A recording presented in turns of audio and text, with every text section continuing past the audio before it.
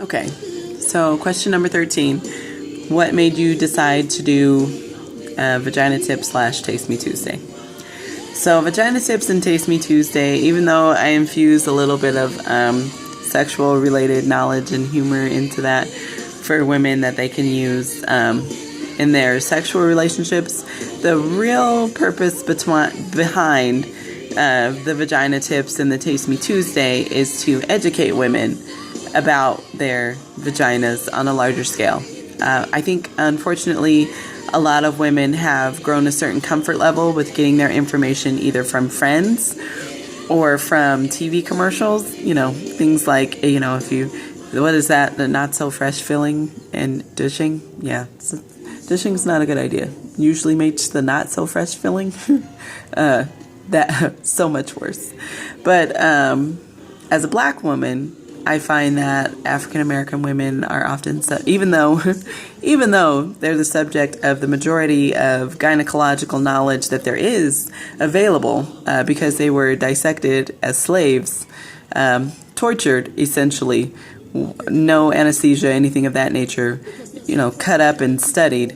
Even though they're the source of the majority of knowledge that there is available for gynecological basis, they are also often treated like a stereotype, which is that they're promiscuous. And unfortunately, when you treat a woman in that regard, the less likely she is to hear and understand and be open to whatever knowledge you may be providing. It's very hard to teach anyone anything and you offend them for no particular reason. I feel that sometimes, unfortunately, because they're black women, or as a black woman, we're often subject to substandard care. I've had just one personal story. I have a lot of them, if you can imagine. I was back and forth to the doctor over this pain that I had, this just overwhelming pain that I would not subside, could not be catered to in any fashion. So I had a series of snatch swabs, typical standard stuff, blood tests, gonorrhea, chlamydia, blah, blah, blah. That's what they're checking for. But unfortunately, when those things came back negative, the response that I got was, okay, well, we're going to treat you for it anyway because you might still have it.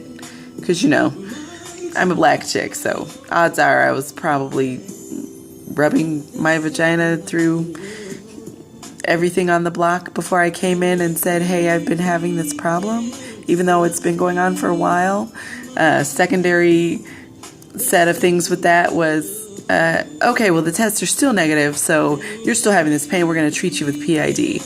And it was an extensive period of time before I could get someone to actually listen to me.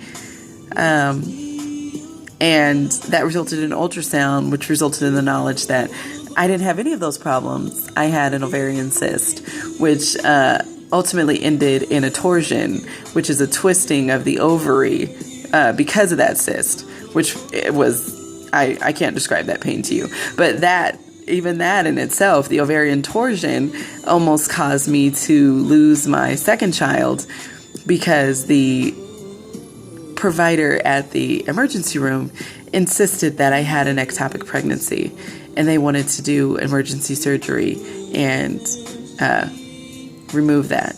But thankfully, like I said, I had a good doctor at that time and he refused to allow that to happen.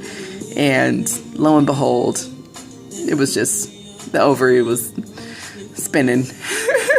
So yeah, that's my motivation behind Vagina Tips and Taste Me Tuesday.